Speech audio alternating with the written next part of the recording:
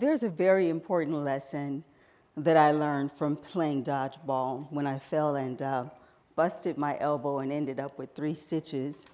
It taught me something very valuable, and that is you don't need permission to be you. You just need courage. Have you ever felt like you were wearing a mask? Like you had to adjust your natural way of being in order to be accepted in your workplace, in your relationships, or even among friends? I know I have, and I discovered that that hidden part was introversion. In a world that often celebrates the extrovert ideal, my quiet, reflective nature felt like a liability, like a flaw that needed to be fixed.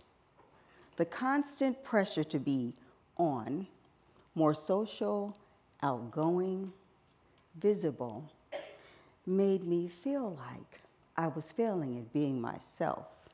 The hidden pressure of it all, constantly trying to thrive in those environments, was like wearing a mask that didn't allow air to flow in or out.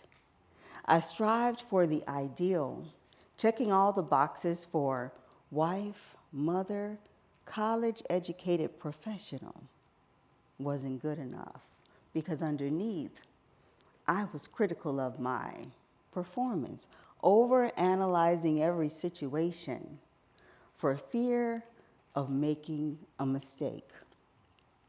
The masquerade was exhausting.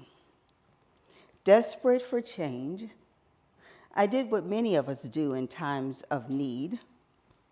I turned to Google. My search landed on Introvert Dear, an online community for introverts. Reading one article after the other was like immersing myself in a healing sanctuary. I found my tribe, people who have similar preferences, people who celebrate their unique qualities and the power of their introversion. Inspired, I started to delve deeper, reading books by Jen Graneman, Susan Cain, and other thought leaders on the subject of introversion and personality traits. They inspired me to open up a whole new world of self-awareness and self-reflection. As I started to peel back the layers of my life, using this new lens, 2 pivotal moments emerged. The moment that shaped my self-perception and caused me to turn deeply inward. And the moment I reclaimed the courage to be me. When I was 9, Dad and I attended a neighborhood church for the first time. Before then, we were the type of family that attended church on holidays, like Easter Sunday. But on this particular Wednesday, I begged Dad to take me. You see, I heard that a faith healer would be there, an evangelist, and when I was an infant, I had a stroke.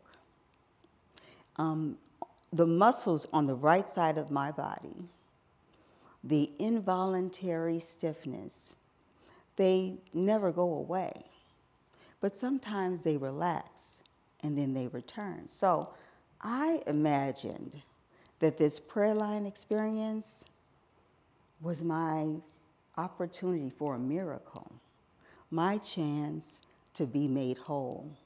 There we were, Dad and I, standing in the prayer line, my left hand tucked safely into his right. And when it was my turn, the evangelist cupped both her hands over mine and began to pray. The warmth of her grasp caused my muscles to relax, and When the congregation saw my tight fist loosen and my fingers began to open up, the church erupted in praise. There was singing and shouting and crying, tears of joy. I'd never seen anything like this. My entire family, mom, dad, 3 older sisters, 2 younger brothers, and me, joined that church. And the story of the prayer line experience was shared near and far for the next several years. Only it wasn't the same version as mine. I left the prayer line hoping for my healing until my fingers curled back into a fist. My 9-year-old mind couldn't process what happened. I felt unworthy. And worse, I felt like God said no to my petition. Embarrassed and ashamed, I wanted to disappear. But if I couldn't escape the attention, at least I could be quiet. So I packaged my feelings of rejection and imperfection, and I hid them inside introversion, my safe space. You see, we are all genetically predisposed to certain temperaments, but our personalities are influenced by our experiences and our environments. For years after my prayer line experience, I continued to retreat inside introversion, using it as a shield against potential rejection and as a cover for my intense feelings of brokenness. Patterns like this follow us into adulthood and can impact our personal and professional choices. But here's the truth. We all have experiences, challenges, even trauma that influence the way we see ourselves and how we choose to interact as a result. For introverts like me, there is a pathway to unlock our quiet power and thrive authentically. Because what happens when our coping mechanisms no longer serve us? When our protective measures, our walls, indeed limit access to our safe spaces, but they also limit exposure, keeping us hidden and holding us back from shining our true light. We suppress our feelings, and eventually they resurface one way or another. And at times, they can stress our physical and mental well-being. My second pivotal moment, my second stroke, was about a year ago. This health scare was a catalyst for change. I was done with feelings of rejection and imperfection. I made the choice to go a different way.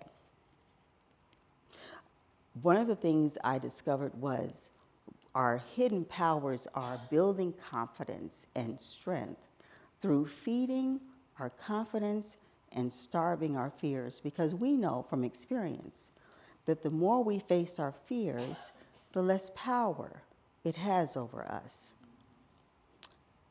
So one of the things I learned was by doing. One of the most impactful steps I took was a year ago. I had the privilege of working with, in our leadership program, we were invited to rappel from a 34-foot tower, my colleagues and I.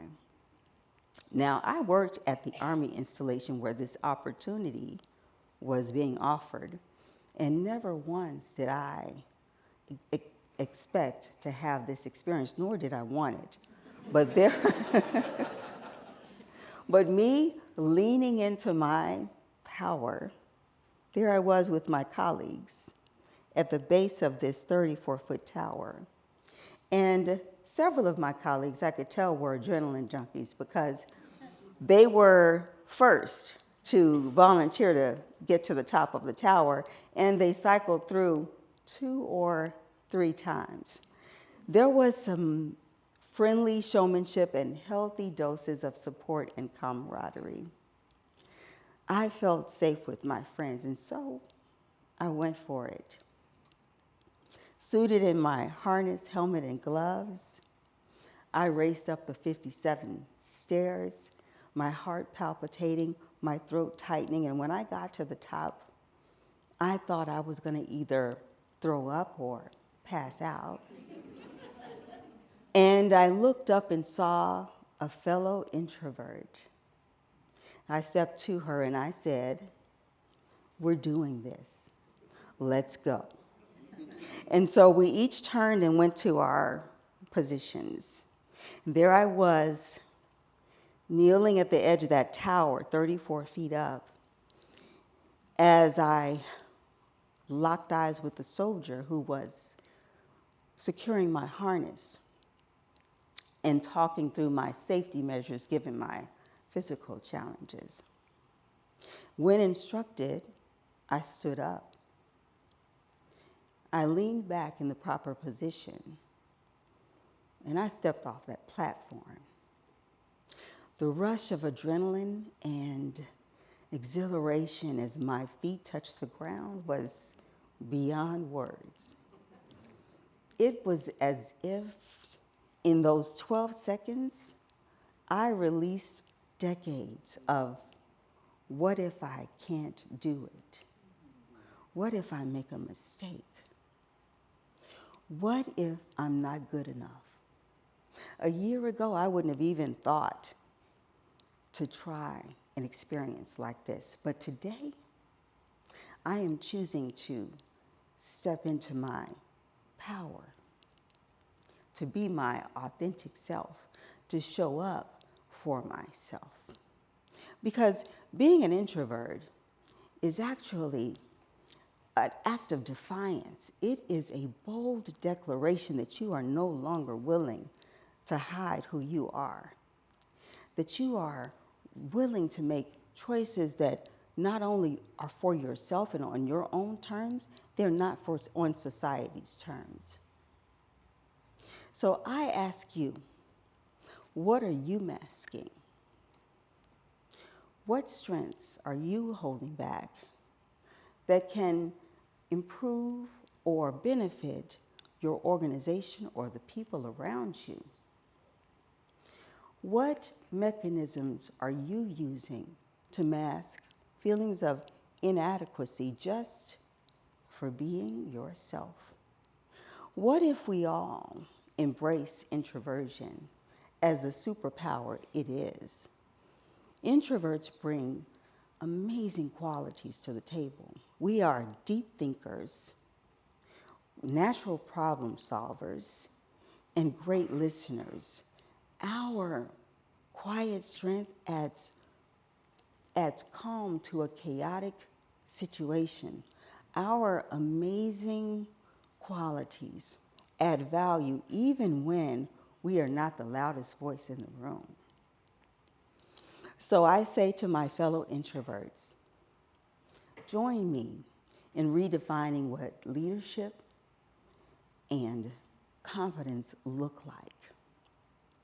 And to everyone in the room, I challenge you to question the status quo, to make room for the quiet ones, the deep thinkers, the gentle souls, because when we all make space for our authenticity, we create a rich, vibrant tapestry of the human experience. My friends, I stand before you today perfectly imperfect to deliver this message. You are enough. Stop shrinking. Start shining.